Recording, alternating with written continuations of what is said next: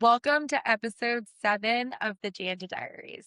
Today, we are going to talk about would we still choose marriage today with everything we've been through and all of the hard seasons as we enter our 12th year of marriage this month. 12 years. Whoop, whoop. Yeah. So I think we have to start with why did we get married in the first place? Yeah. For me, I always wanted to get married. Even from when I was young, I saw people married and older people married, and it just felt right. It felt good, right, to see myself getting married and having a family. So I think I knew from an early age I wanted to get married. Yeah. But you also have parents who have been married for how many years this year? 42? Yeah, Yeah. 42 years. Yeah. That's a long time. Yeah. And I come from divorced parents, and my grandparents on my mom's side were married a very long time. But I wouldn't necessarily say that I admired that relationship. It was very much a gender traditional Hmm. relationship. You know, my grandmother was at home taking care of the kids, washing the floors and cooking the food, and my grandfather was the one out. And, I knew from an early age I wanted to do something with my life. I never envisioned myself being like, barefoot and pregnant at Yeah. home. I had a lot of big dreams. I was an actress, and at an early age I thought I was going to be on, Nickelodeon and movies, and that really was how I saw my life. So marriage wasn't necessarily something that I was really, excited about or like dreaming about. I wasn't really one of those little girls that like dreamed of their wedding dress or dreamed of their wedding. That wasn't really the vibe. For me, it was more about wanting somebody to be with. Mhm. And I think, as doing research for this episode, we actually learned that different attachment styles Mhm. affect the way in which people navigate marriage and like look for marriage. And I was definitely an anxious attached Mhm. um person. And so those types of people really look for, I want closeness and I'm afraid of losing it. And so when I knew we were serious and, things were going in that direction, I wanted it to happen really quickly. Yeah. Not because I wanted the wedding and the whole thing, but I think there was always this thought in the back of my mind that you were going to change your mind or you were going to leave. And I was gonna have to start all over again, and I wasn't gonna be able to find another person that I felt as good about. Right. Yeah, and even though I knew I always wanted to get married, I guess you could say I dragged my feet a little bit, and I think that was because, I wasn't confident in myself sort of financially. I wanted to make sure I could provide for you in a certain way. And we had a lot of conversations about this, Yeah. right?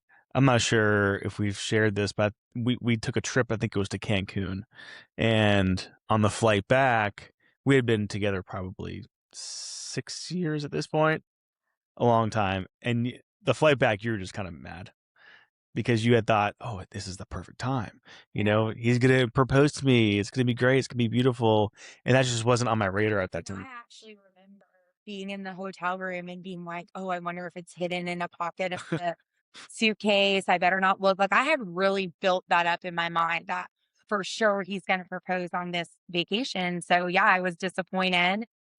And again, it just felt like, we were already living together. We didn't kind of do the traditional, well, nothing's traditional anymore in 2026, but we had lived together. Mhm. We were contemplating buying a home together. We actually bought a house together before we were engaged. Yeah. And honestly, signing that paperwork, it felt very like Yeah. I mean, you're signing paperwork that connects you legally. Yeah. It's almost kind of like a marriage. Yeah. I remember being like, well, I don't really read paperwork. I was just like, blah, blah, blah, blah. And, and Chad's like such a detail oriented analytical guy. So he was like sweating, right? Because he's looking and reading everything. But yeah, I can remember having a conversation with you, which again goes back to like why get married. Is I think we had different ideas about marriage in that you felt, okay, I'm the man. I need to be in a certain financial situation. And I was frustrated by that because I never saw it that way. I Mhm. didn't want to get married for financial security. That's something that I felt we were in as teammates. Yeah. Like I never thought of, okay, I'm going to get married to somebody and then they're going to take care of me financially or something like that. I was looking for stability, security, love, commitment, like an unwavering commitment to me. Marriage was now we're going to be in this for the rest of our lives. And I think just having that commitment and knowing that you wanted to make that commitment to forever, Mhm. that's what was more important to me. Right. Yeah. And that's something that, I missed, right? Because I think a lot of guys struggle with that. Hey, I need to be financially secure to make sure, worthy of this person, of this woman. And I think they miss a lot of the times that sometimes women aren't looking for that.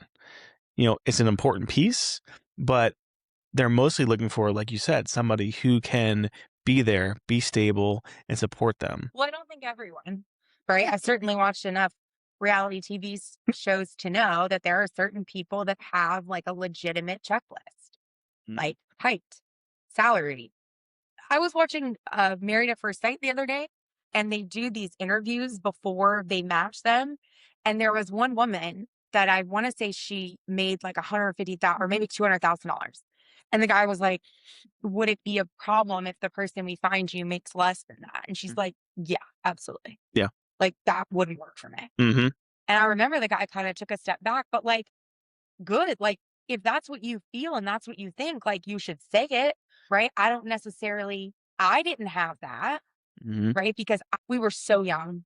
Neither one of us had a pot to piss in, Yeah. right? So, but I can understand how you may be looking for very specific things. Mhm. Now, the problem with that can sometimes be Your where are you going to find those people? Yeah. Well, your dating pool shrinks in a huge way when you have that type of checklist, Yeah. right? I mean, it sounds like she was super successful, and that's amazing. Yeah. You know, to the same point, if you're looking for somebody that's making that amount of money, I mean, you might be in a bigger city and that might be more realistic. But generally speaking, guys making that much money there's not that many out there. Yeah. I mean, But not only that, I think one of the things that I've worried about sometimes, I'm curious if you have, is this idea of like, are you settling? hmm yeah, Right? Because I thought about this a lot when I watch these shows because it comes up a lot. Are you settling? I don't want to feel like I'm settling. Here's the tricky part about that with anything in life, not just marriage, is at what point are you satisfied? yep, Right? Because you could also say, I'm always settling, so I'm going to keep pushing, keep looking, keep trying. And then in some ways, is that exchanging happiness for the pursuit of something better? And I say this because my mom, I used to always say this about her, she was a chaser. mm, Like she would be comfortable with something for a while. And then it was like, what's the next thing? What's the next thing? And I think because of being around that kind of energy or like the amount of pressure that I feel like that came with, I was more the opposite. Like I just want to be good, and maybe good enough is okay. yeah, absolutely. And you don't need to have perfection because that does not exist. Yeah, but And a lot telling of my 20-year-old son self that I was a perfectionist. I wanted perfection. you obviously weren't looking for perfection in a mate because I certainly wasn't perfect. But But I I think felt you were perfect for yeah, me in yeah, the yeah, sense that, yeah, maybe that's a good point. Like for me, you did check those boxes. You were those things that I wanted. hmm You were kind. You were safe.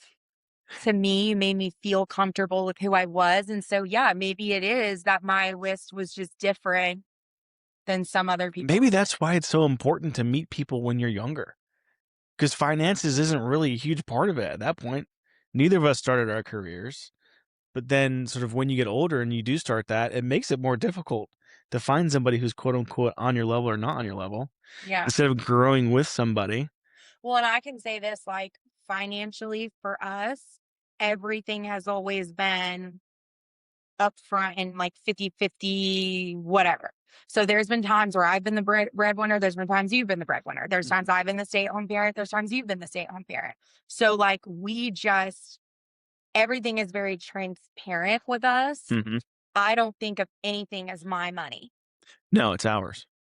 but that Yeah. works for us. But I've Mhm. literally witnessed marriages where that was not the case.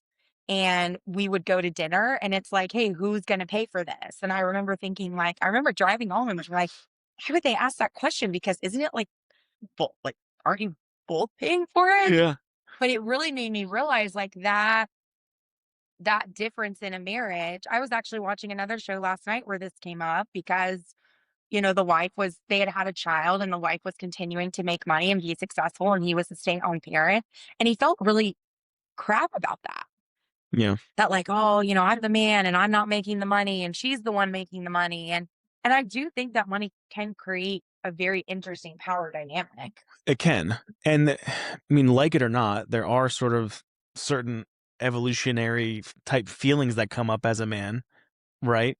To want to bring home the bacon, to want to provide for your family. Mm, And I think same applies on the opposite end of that, where women might want to be sort of more nurturing and not have that role as much in certain times in your life, right? But I that was there for me certainly when I was because I like you said, we switched back and forth. I did the stay home dad thing. You made more money than me for most of our early careers, yeah. and it made sense initially for me to do that. And yeah, I would go to the park and, you know, be with the moms, and it's kind of awkward to be honest. I'm not giving my cell phone number out to the moms. I'm like, oh yeah, let me give you my wife's number. Like I'm not like, no, that's too much, right? So it's definitely it's a world in which men are not normally there. So it's Yeah. strange. It's different. But yeah, ultimately I enjoyed it, but it still left something, you know, left me wanting to do something else. Because even when I was doing it, I also sort of started a side business to try to keep myself, quote unquote, sort of in, a professional mindset or professional realm. So I still didn't want to disconnect from that. Um, so that I don't know. It's interesting the way sort of we switched back and forth. And I think, we have a lot of conversations. You can tell, obviously, we have a podcast, but we always talk about things, right? So, like, when I was making the money and we had our daughter, I felt like it was important for me to continue making the money and you to stay home with her because you had to go into an office. I did not, I wasn't fully ready to do that, but financially it made the most sense. Yeah. And then when it got to a point where that was no longer working for me in the sense that I was drained, I wasn't fulfilled, I was missing being with my daughter, you were like, all right, like, let's switch. Hmm. Right. So I think that's the thing. It's like one of the things I will say now, 12 years later, is I think one of the most important pieces of marriage is being flexible. Yeah. Hmm. Right. Because, like, I never had this idea, again, that marriage meant anything specific, right? I had seen with my grandparents it'd be a certain way.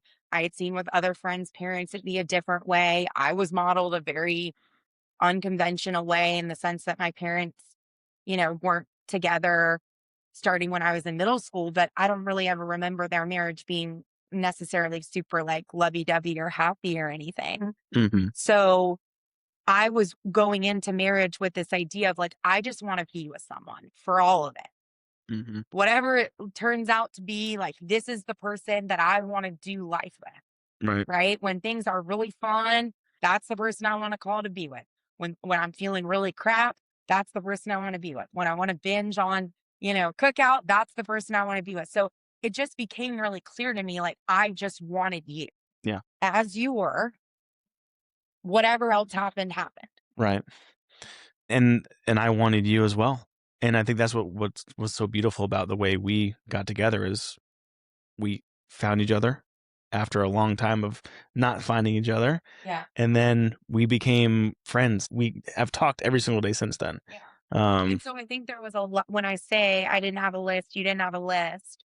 I think what I'm really trying to say is like once we were locked in, there was very little of what I felt would be expectations. yeah, I didn't feel like you had certain expectations of me. mhm, Like, I need you to do this, this, and this, and then I'll be happy.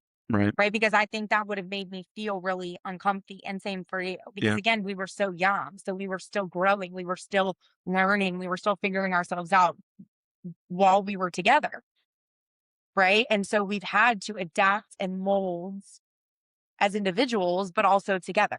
right, And so I would say like being flexible and conversation were kind of the two biggest things. And we would ask each other questions like, one of the things I will say is we were clear on non negotiables yes, like early on. Like, what are mhm, things that, if this happened, you would be like absolutely not acceptable. right, And so, like, cheating was, will always be my number one.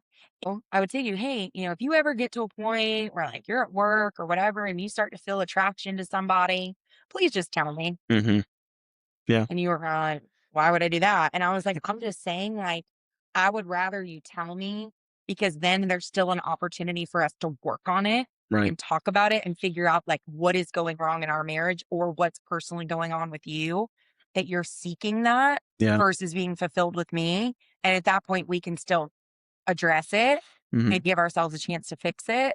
But if you act on it and then you come back and say whoopsie dipsy, that's not gonna be good. yeah, gonna be game over, and that's the thing, like, let the conversations go there, right? If it makes you uncomfortable, we've had plenty of conversations that make me uncomfortable because I don't come from a background that's necessarily, very involved in emotions or very involved in, talking through a lot of things.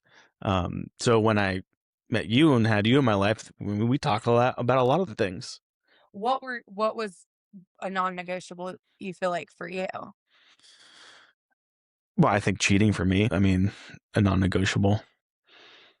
Anything outside of that, I feel like Criminal can be activity. worked through. Yeah, I guess it depends on what it is, but that's a whole other rabbit hole. But I guess what I mean by that is like anything that's deceitful, anything that's Mm. behind the back, anything that's Teresa Giudice finding out that you signed paperwork and now you have to go to jail for a year, like that kind of Yeah, stuff. if I put you in jail, yeah, that's game over. Like I totally get that. that Yeah, kind of stuff. yeah, Like stuff that's just yeah. again, anything that falls under the realm of betrayal, Mhm. deceit, lying, hiding, manipulative, Yep.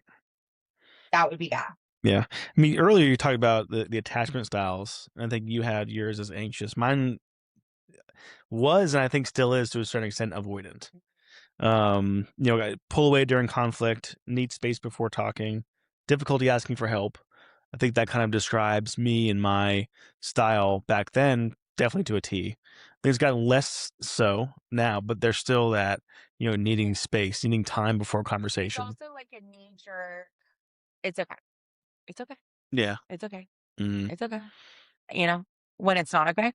And I think what's better for you, the growth I've seen is like you're quicker to get to a place of admitting that it's not okay. hmm And then, because here's the thing with you, and probably most avoidant people, I would think, is that it's not that you don't want to address it. It's that sometimes you struggle to find the words to communicate it. Yeah. I've noticed that with you. Like, hmm you'll get overwhelmed with the emotion, and then it's a struggle for you to figure out how to explain to me what the real issue is. So it's easier to just say, it's fine. Yeah. Absolutely. And I think that's one of the pieces too of when I need a second, right? To, figure out what's going on in my head, put words to these emotions that I'm feeling instead of, because I mean, you're the type of person that is able to kind of do that right away. You're able to go right into how am I feeling? This is making me feel this way. You're doing this, it's upsetting me. And I'm just like, whoa, this is a lot. I need to process, figure out what's going on, and then we can talk here in like 10 minutes. Right. But by the same token, not only am I quick to get to that, I'm quick to react.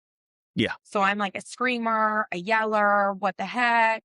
And so imagine, right? It's like me going like this and him just retreating. It's like Mhm. the more I go hard, the more he goes into a hole. And so over the 12 years, I think that's been the biggest thing that we've started to figure out is that balance of me being able to be like, you know what, give it a minute. Mhm. And like, that's where the personal work comes in is like, I was raised very reactive, very emotional, very screamy, yelly. And so I have had to really work on how to calm myself down and not like need to have that conversation right then, that second, Yeah. and just allow there to be some space. Yeah. And I think I was think raised on the opposite end of that spectrum, right? So you're overreactive. I'm sort of on this end, which might be slightly underreactive, right? And then it's like, okay, how do these two extremes meet in the middle? But you're right. Over 12 years, we've kind of definitely sort of started to come together more towards a middle ground where you're able to not react as intensely. Mhm. And then I'm able to kind of process a little quicker and try to get to a resolution. I mean, I feel like we've reduced our argument time Yeah. by like at least 75%. Yeah. I mean, it used to be. Ooh. I think the other thing I want to bring up here that's important to know for the listeners is something that I learned in therapy that you do, but I didn't even know there was a word for it. It's called emotional manipulation. Mm-mm. So I was talking to my therapist about a family member where I was having some issues bringing up certain topics, and they would say, "Well, why don't you address that directly?" And I said, "Because I know how it's going to go. So I'm just going to say whatever they want to hear."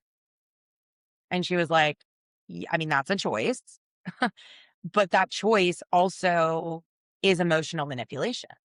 And I heard the word manipulation. I was like, that's a bad word. It feels intense. Yeah, it It feels feels bad. like It feels like tricky. malicious. Yeah, malicious. Yeah. And I was like, "Well, I don't mean to be doing anything mean." And she's like, "No, your intent is just to keep things copacetic. But the problem is that person doesn't know that's your intention. Right. They think you're being honest with them, Hmm.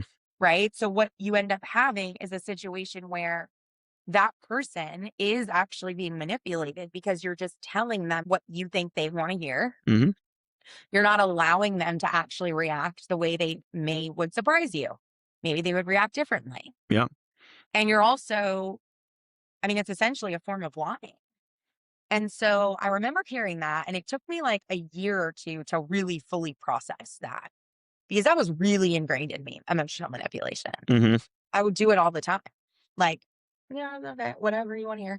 I think to a certain extent, it's a little bit of a defense mechanism, Yeah. right? Because if you are expecting a certain reaction, like that's what you've seen in the past. So it's like, "Ooh, that didn't feel good. Don't want that again. Yeah. I'm going to say all good, no worries." When in actuality, if you want to get to a truth, this is something I totally still have to work on because I still do this a lot. It's almost like you say, hey, eh, let's table this. I want to talk about this another time. Maybe give it a day or so and we can come back to it.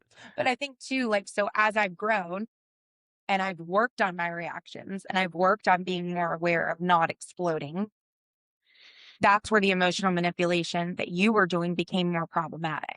Yeah. Because you weren't allowing me to grow and change in the sense that you were just assuming if I bring that up, Emily's going to explode. Yeah. And I remember saying to you, like, hey, this isn't fair because I've done all this work. Hmm. Let me show you that I'm evolved, that I'm not going to go to that place. And again, not all the time, but what's the worst that's going to happen? I yell at you. Okay. Doesn't feel good. Not great. You can communicate that to me.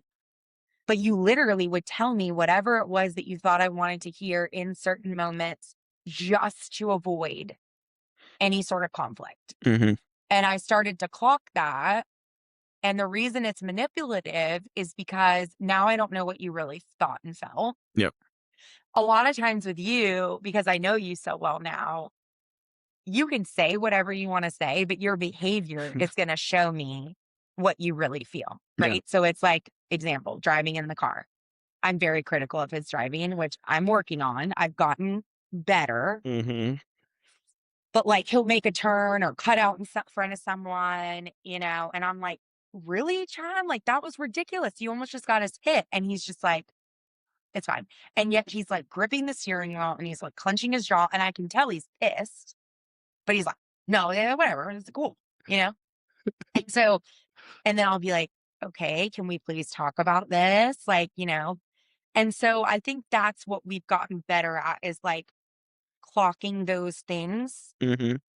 where it's like we don't want to be in a marriage where we're having emotional manipulation. And Yeah. again, like there's tiers of relationships in our life, right? We found Jesus, it's God has to be the forefront, Mhm.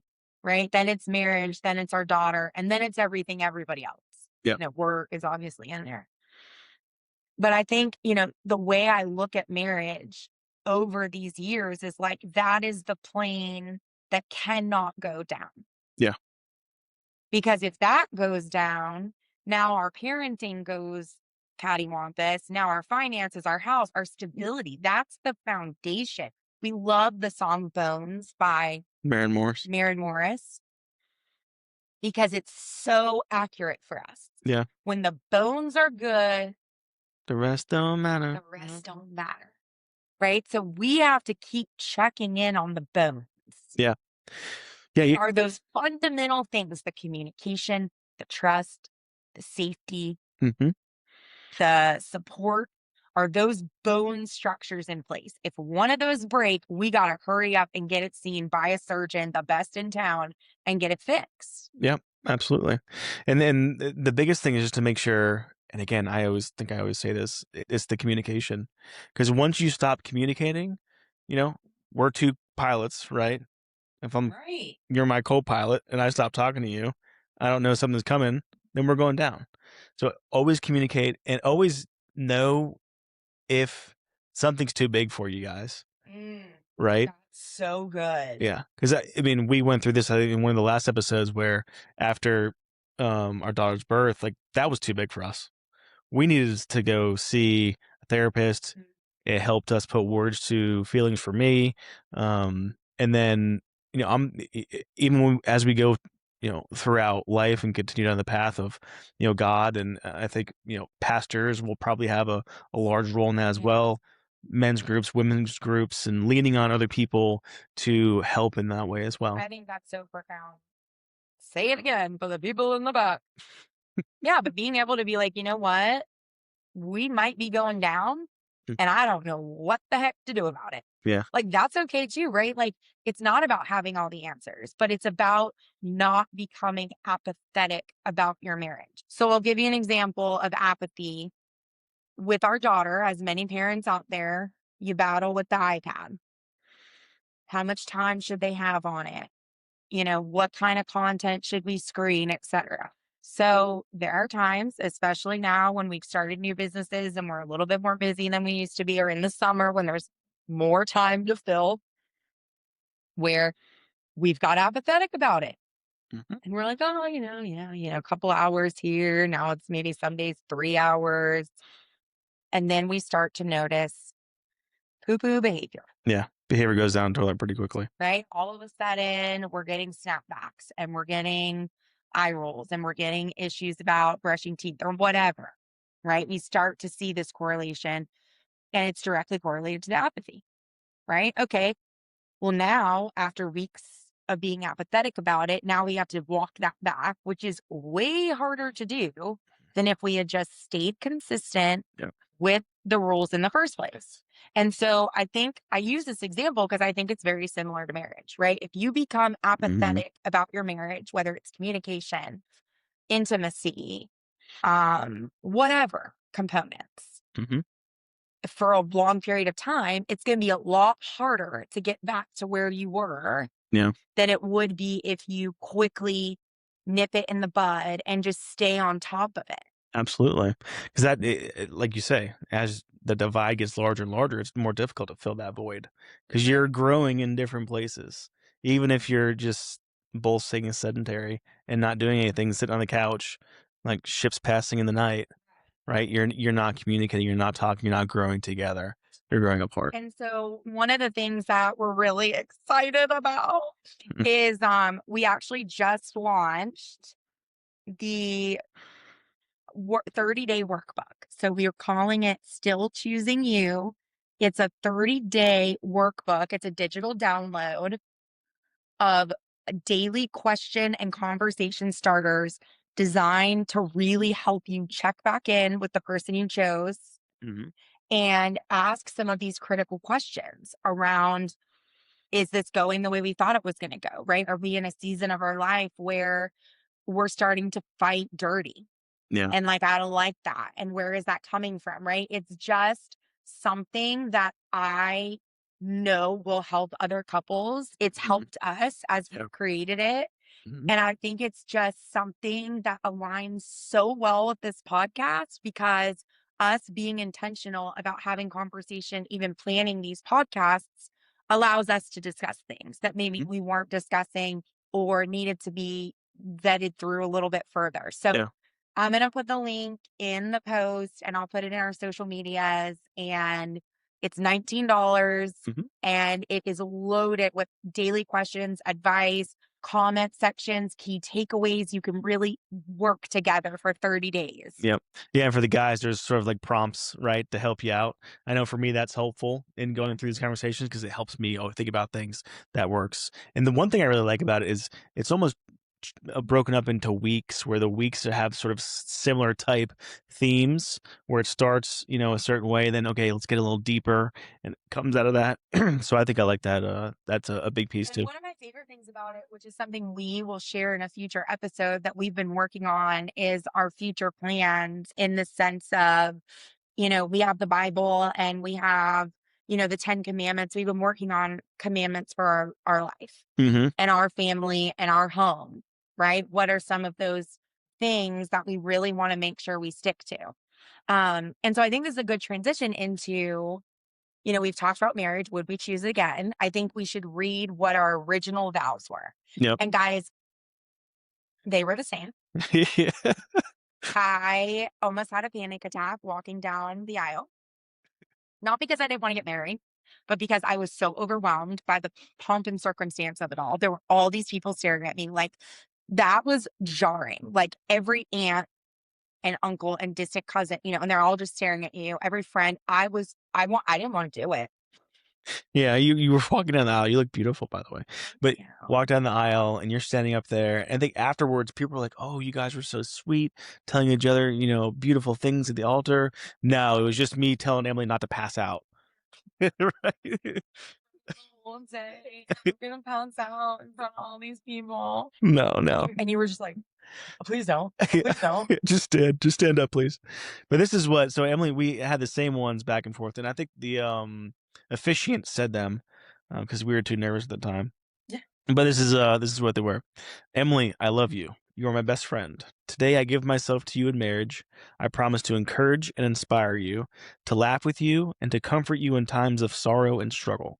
I promise to love you in good times and in bad, when life seems easy and when it seems hard, when our love is simple and when it is an effort.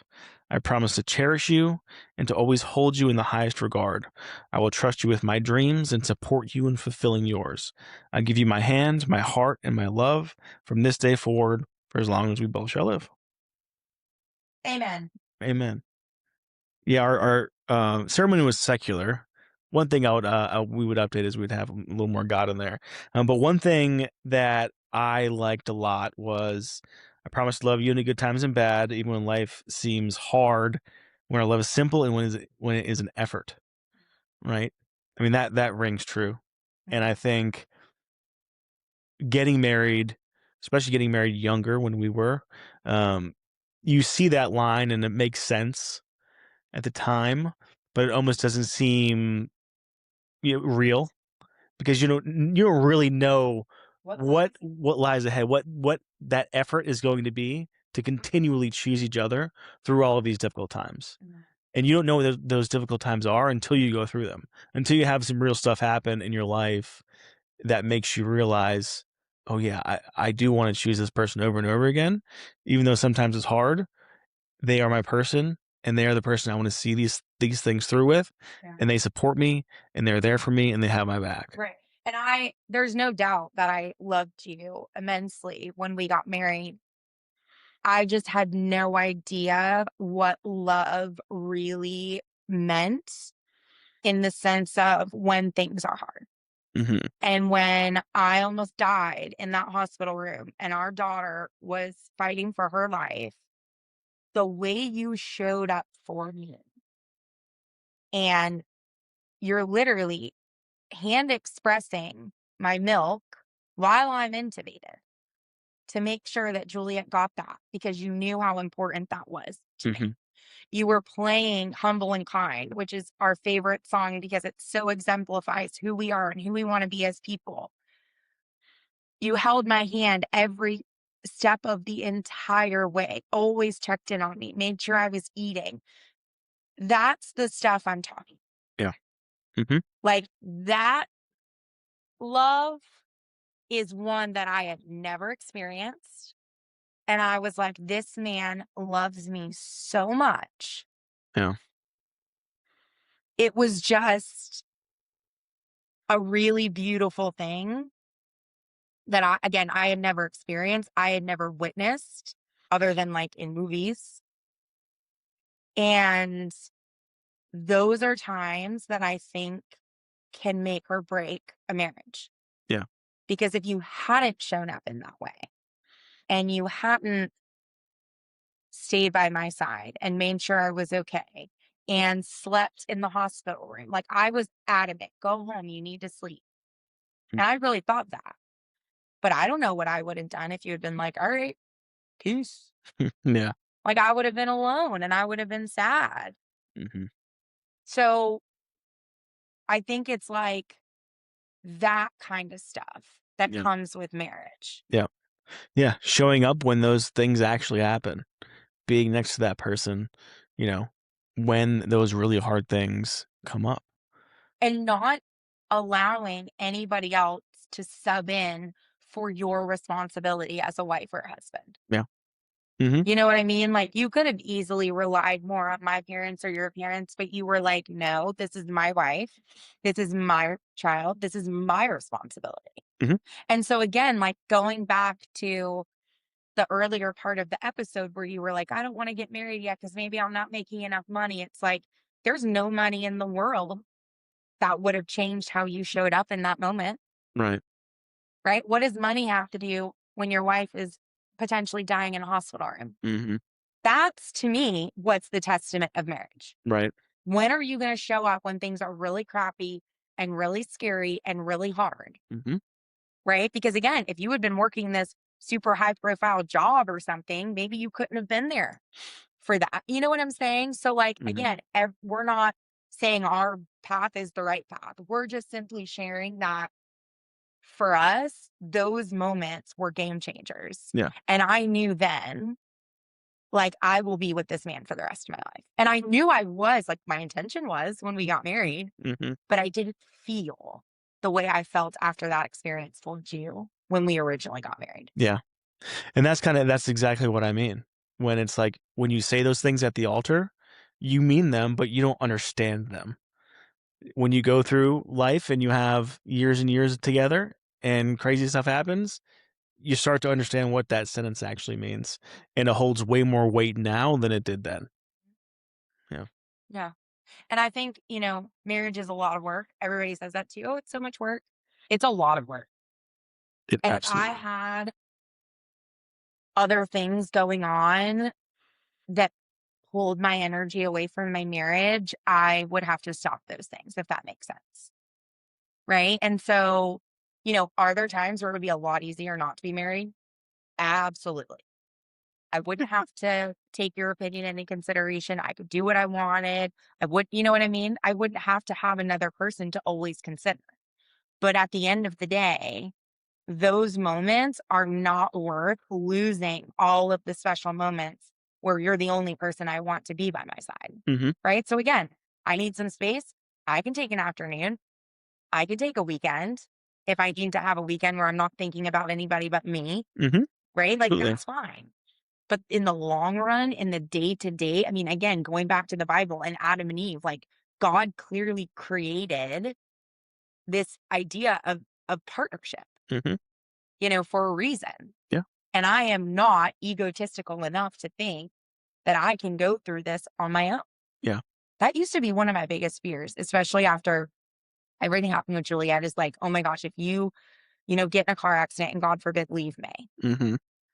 And it's still a fear, but thankfully having found Jesus, I know I'll make it through. Yeah. God forbid, like let's not have that happen though, please. Yeah. But it's like going from anxious attached to now how I feel. Mhm. Is I'm not marrying you today because I need you to be okay Yeah. or that I'm scared I can't survive without you. Mhm. I'm marrying you because I fully choose you and I want you to be with me Absolutely. or I want to be with you. Yeah. Yeah, and that sort of What do you style think? has changed. Yeah, I mean, I the vows that we made back then hold true now and even more so.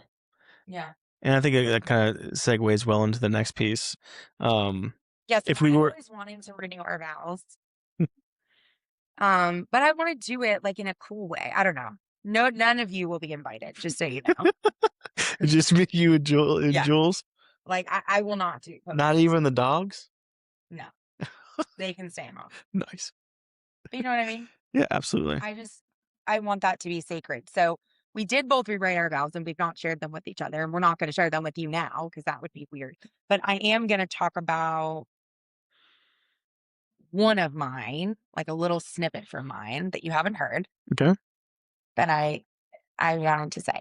So I promise to continue telling you the truth even when it's uncomfortable because your honesty has become one of the greatest strengths of our marriage.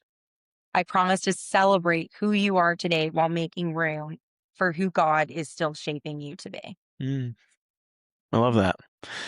Yeah, because it recognizes that you see me for who I am now, but you also wanna see me succeed and grow as a human, as a father, as a husband, Mhm. to my fullest potential. That's right. Yeah, that's beautiful. I love that. It's And really the truth. nice. Always tell the truth. Oh, yeah. Just never lie. Yeah. Jans don't Never lie. estimates. Yes. Okay, I'm gonna read you can read me yours. Alright, here's mine.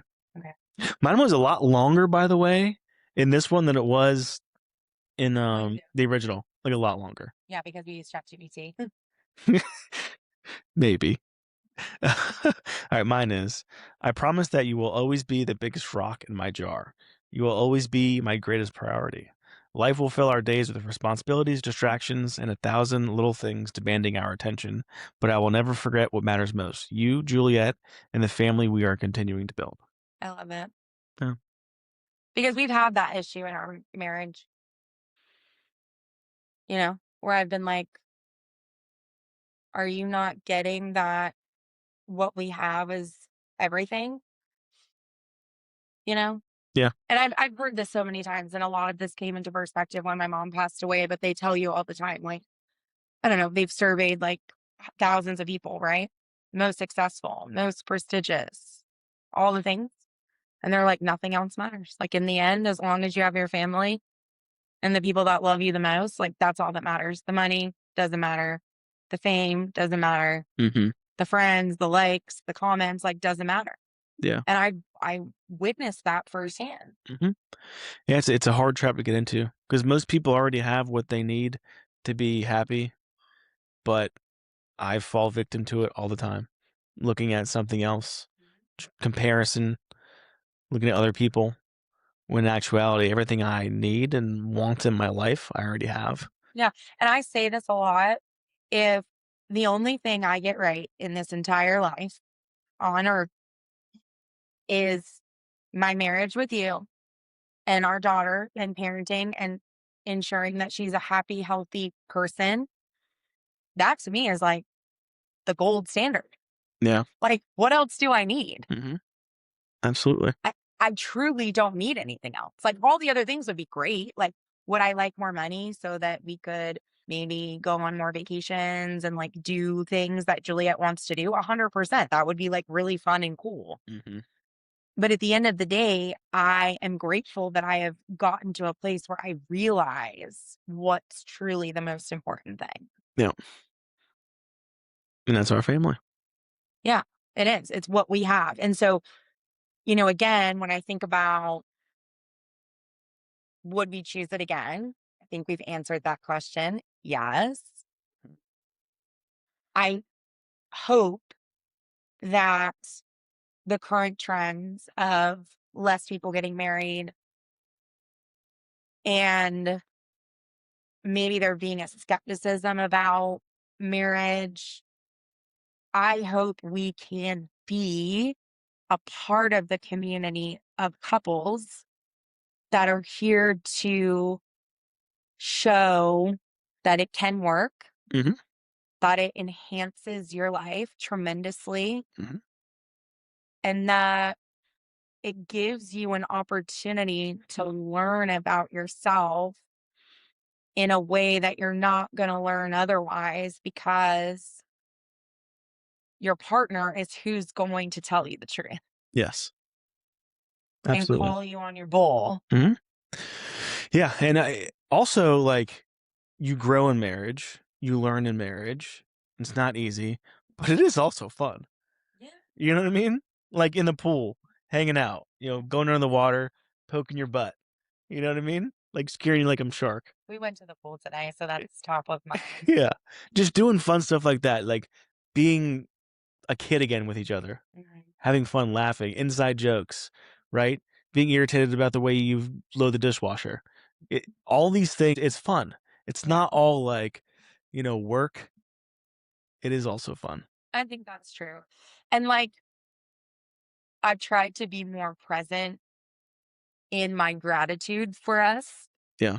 And so lately, we've made more time to like get ready for bed with our daughter and just sort of lay in the bed. And those are the moments that always end up being my favorite of the day. Mm. When she tells a funny story of something that happened at school, or she pronounces a word and we're like, what was that word? And then we make a list of all the cute words she says incorrectly because they're just so cute. Yeah. And Escallions. scallions. Scallions. Um, those are the moments Mhm. that feel like, ah, this is what it's supposed to be about. Yeah, absolutely. And they're not anything glamorous at No. all. It's just laying in the bed after a day, playing Would You Rather and listening to each other's answers.